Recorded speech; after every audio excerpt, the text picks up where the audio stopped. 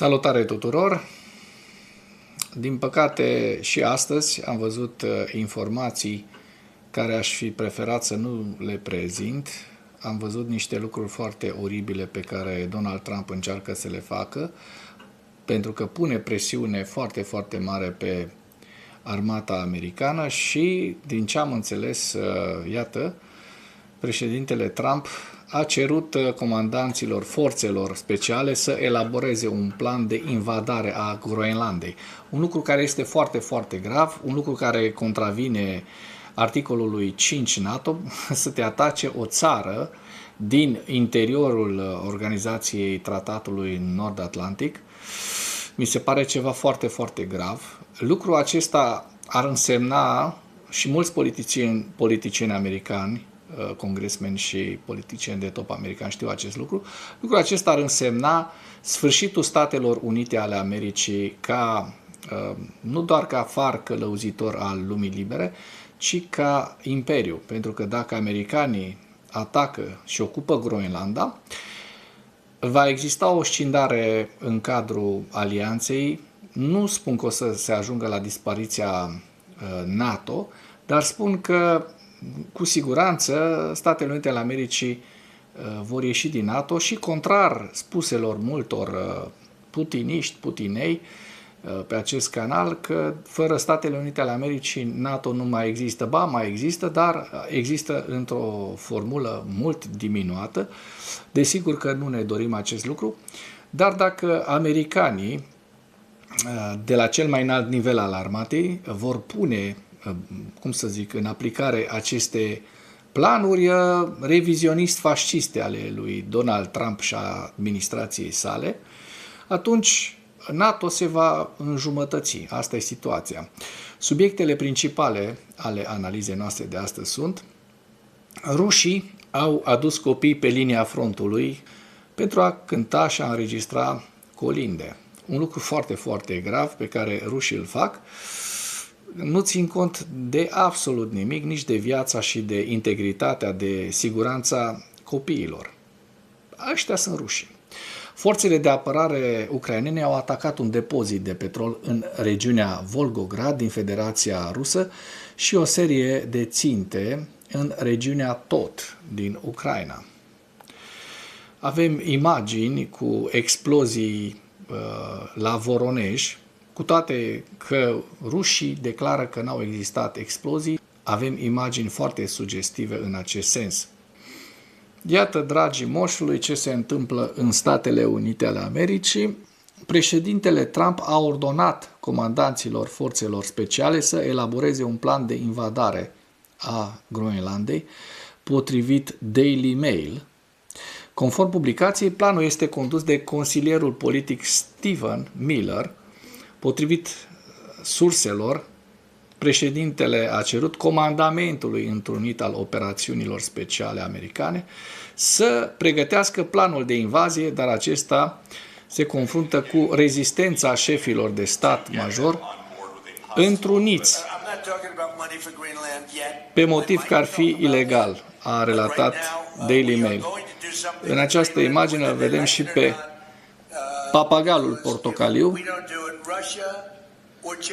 care continuă retorica mincinoasă că Statele Unite ale Americii nu ar vrea să se învecineze cu Rusia sau cu China și dacă ei nu pun lăbuța pe Groenlanda, Rusia și China ar pune mâna pe Groenlanda și că nu vor să se învecineze cu Rusia sau China. Ei deja se învecinează în Alaska cu Rusia, da? Deci, minciuni pe bandă rulantă a lui Donald Krasnov Trump. Rușii au adus copii pe linia frontului, spune un articol din Suspâlne. În regiunea Lugansk, rușii au adus copii pe linia frontului pentru a înregistra colinde de Crăciun. În ziua de Crăciun au avut loc evenimente religioase în apropierea liniei de contact cu lupta din regiunea Lugansk, cu participarea militarilor armatei a treia combinate a Federației Ruse. Trebuie să specificăm că Crăciunul pe rit vechi a fost de curând, da? Deci în luna ianuarie, la începutul lunii ianuarie. Copiii au fost implicați cu forța în aceste rugăciuni, fiind duși în mod organizat din așezările tot în zona imediată a frontului, în ciuda amenințării reale cu bombardamente și moartea minorilor, a declarat Centrul Rezistenței Naționale într-un comunicat. Potrivit Agenției Centrale de Informații, CIA, locațiile unde se desfășurau slujbele de rugăciune se aflau în raza de acțiune a artileriei și a dronelor. Organizatorii știau despre riscuri și le-au ignorat în mod deliberat. Copiii au fost folosiți ca recuzită vie, au fost plasați lângă militari, forțați să stea în picioare în timpul slujbelor și să participe la filmări. Unii dintre copii au fost transportați cu autobuzul fără consimțământul real al părinților. Un rol special în aceste evenimente l-au jucat preoții aflați sub controlul administrației de ocupație. Aceștia au însoțit copiii în zona frontului, au binecuvântat armata și au justificat public prezența minorilor pe linia frontului cu o retorică despre unitate, serviciu și sprijin spiritual pentru armată. De fapt, clerul a devenit complice la militarizarea acestor copii. Două știri vă mai prezint din suspâlne. Consiliul de Securitate al ONU se va reuni de urgență din cauza atacului Rusiei asupra Ucrainei. Luni, 12 ianuarie, la orele 22 ora Kievului și ora României, Consiliul de Securitate al ONU se va reuni de urgență din cauza ultimelor atacuri rusești asupra Ucrainei, inclusiv utilizarea unei rachete balistice cu rază medie de acțiune. Ministrul ucrainean de externe Andrei Șibiga a anunțat acest lucru pe rețelele de socializare. Rubio a explicat retragerea SUA din 66 de organizații internaționale. Acesta a spus că SUA nu va finanța instituții și organizații care nu pot demonstra rezultate. Așa se explică și retragerea SUA din 66 de organizații internaționale. El a descris acest lucru pe rețeaua sa de socializare. Da, din păcate, ei vor să retragă SUA și din Tratatul Atlanticului de Nord și din NATO. Forțele de apărare ucrainene au atacat un depozit de petrol în regiunea Volgograd din Federația Rusă și o serie de ținte în regiunea Tot din Ucraina. În noaptea de 10 ianuarie, unități ale forțelor de apărare ale Ucrainei au atacat depozitul de petrol Yutovsk din districtul Oktyabrsky, regiunea Volgograd, Rusia, care este implicat în furnizarea de combustibil unităților forțelor de ocupație rusești. Ținta a fost lovită, amploarea pagubelor este în curs de determinare, se arată în raport. În plus, pe teritoriul ocupat temporar al regiunii Zaporojie, a fost lovită o unitate de drone din cadrul diviziei 19, infanterie motorizată rusească. Un punct de control al dronelor inamice a fost de asemenea lovit în zona Pokrovsk, regiunea Donetsk. În plus, o serie de ținte inamice au fost lovite în teritoriul ocupat temporar al regiunii Donetsk, inclusiv o concentrare de trupe a diviziei 76 asalt aerian Kurakova, un post de comandă și observare al unei unități din batalionul de tancuri al aceleiași divizii Ghirnik și un punct de control al unei unități din armata 41 Ghirnik. În toate cazurile, dronele de atac ucrainene lovesc țintele. Pierderile inamice sunt acum în curs de determinare. Explozii surprinse mai devreme în această seară la Voronej, în ciuda afirmațiilor rusești că toate țintele au fost doborâte, se aud zgomote și apărarea aeriană a funcționat perfect. Mai multe impacturi au putut fi văzute și auzite clar. Da? Se vede în această imagine și se și poate auzi foarte bine, se pot auzi foarte bine aceste explozii. Da? Oamenii sunt foarte liniștiți în Rusia, iată, plimbă câinii, în timp ce explozii au loc în Voronej. Da? Imagini prezentate de către cei de la Exil Nova. Se aud dronele, zgomotul dronelor cum zboară deasupra cerurilor Voronejului. Iată, se mai aude încă o explozie. O nouă explozie. Iată, ați văzut acel flash de lumină. Da, și în timpul ăsta rușii neagă atacul și faptul că ar fi fost lovite obiective rusești. Bun.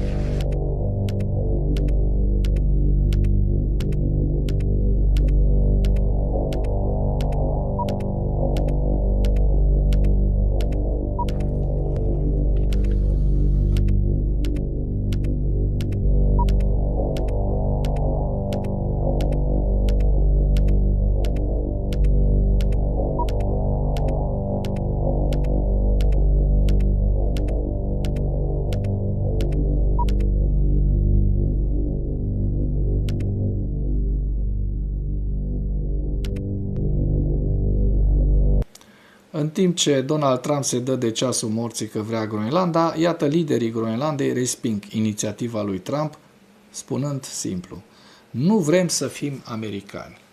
Cine mai vrea în ziua de astăzi să mai fie american? Eu, care am fost un mare susținător al Americii și am fost un om care am considerat tot timpul că America este un exportator de securitate, de democrație, de libertate, am ajuns să cred că Statele Unite ale Americii s-au întors la 180 de grade, s-au întors împotriva acestor lucruri, devenind un stat totalitar, un stat autocratic, condus de un infractor care are legături cu Rusia, legături dovedite cu Rusia și a cărui trecut există foarte multe suspiciuni că ar fi părtaș la infracțiuni sexuale cu minori, a se vedea dosarul Epstein. Trecem la ziua 1418 a războiului din Ucraina.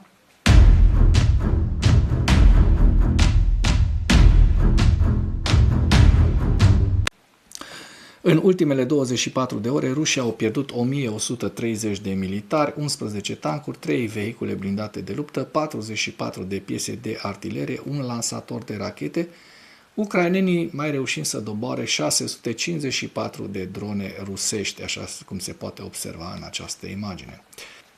Trecem la hărțile Deep State, să vedem dacă au existat modificări ale fronturilor în ultimele 24 de ore. Vedem dacă pe data de 10 este actualizat, nu este pe 9, nu vi le-am prezentat ieri, așa că dăm un ochi astăzi.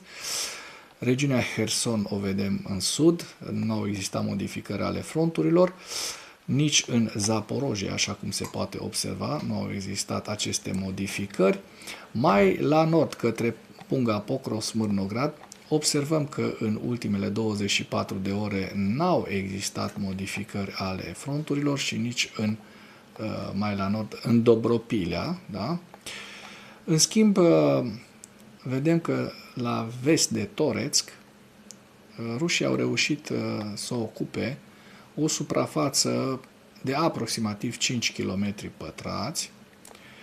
De asemenea, la vest de Hrihorivka, în regiunea înspre Kramatorsk, așa cum se poate observa, rușii au reușit de asemenea un avans de aproximativ 1,52 km pătrați. Și dacă trecem mai spre nord, în regiunea Lăman, da, se observă că n-au existat modificări nici în Kupiansk. Din păcate, nu observăm modificări în Kupiansk, să vedem în albăstrit, așa, albăstrit cu totul, Kupiansku. Deci rușii încă mai dețin în aceste locuri rezistență, potrivit hărților celor de la Deep State. Mai la nord, în regiunea Kharkiv, așa cum se poate observa, n-au existat modificări ale fronturilor și, din câte am observat eu, nici în regiunea Sumă, Kursk. Da? Așadar, rușii au reușit să ocupe în ultimele 24 de ore un teritoriu de aproximativ 7 km pătrați, cu niște pierderi de peste 1100 de militari. Trecem la evaluarea campaniei ofensive rusești în viziunea Institutului pentru Studiul Războiului la data de 10 ianuarie, cu principalele informații. Dovezile vizuale disponibile indică faptul că atacul cu rachete balistice rusești cu rază intermediară de acțiune, Oreșnic, efectuat în noaptea de 8 spre 9 ianuarie, a lovit o întreprindere industrială de apărare ucraineană din orașul Liov. Oficialii ruși folosesc în mod explicit atacul Oreșnic pentru a descuraja statele occidentale să desfășoare trupe în Ucraina post-belică, în conformitate cu evaluarea Institutului pentru Studiul Războiului cu privire la scopul atacului. Regatul Unit se pregătește pentru o posibilă desfășurare de trupe în Ucraina ca parte a garanțiilor de securitate într-un viitor acord de pace. Ucraina continuă să colaboreze cu partenerii săi occidentali pentru a extinde producția de drone interceptoare, cruciale pentru capacitatea Ucrainei de a doborî drone rusești cu rază lungă de acțiune din fața și din spatele frontului. Forțele ucrainene au avansat recent în zona tactică Kostiantinivka-Druzhivka, spun analiștii Institutului pentru Studiul Războiului. La final vă prezint hărțile Institutului cu direcția nordică, Sumă, Vovchansk, râul Oschil, Kharkiv, Kupiansk, Donetsk, Sloviansk, Lăman, Kostiantinivka-Druzhivka, în apropierea orașului Kostiantinivka, Pokrovsk, Zaporojie, estul regiunii Zaporojie și Herson. Și cu acest ultim detaliu vreau să închei materialul nostru de astăzi cu îndemnul: dacă ați găsit informații utile în acest videoclip, nu ezitați să-l distribuiți pentru a ajunge la cât mai multă lume. Mulțumesc mult!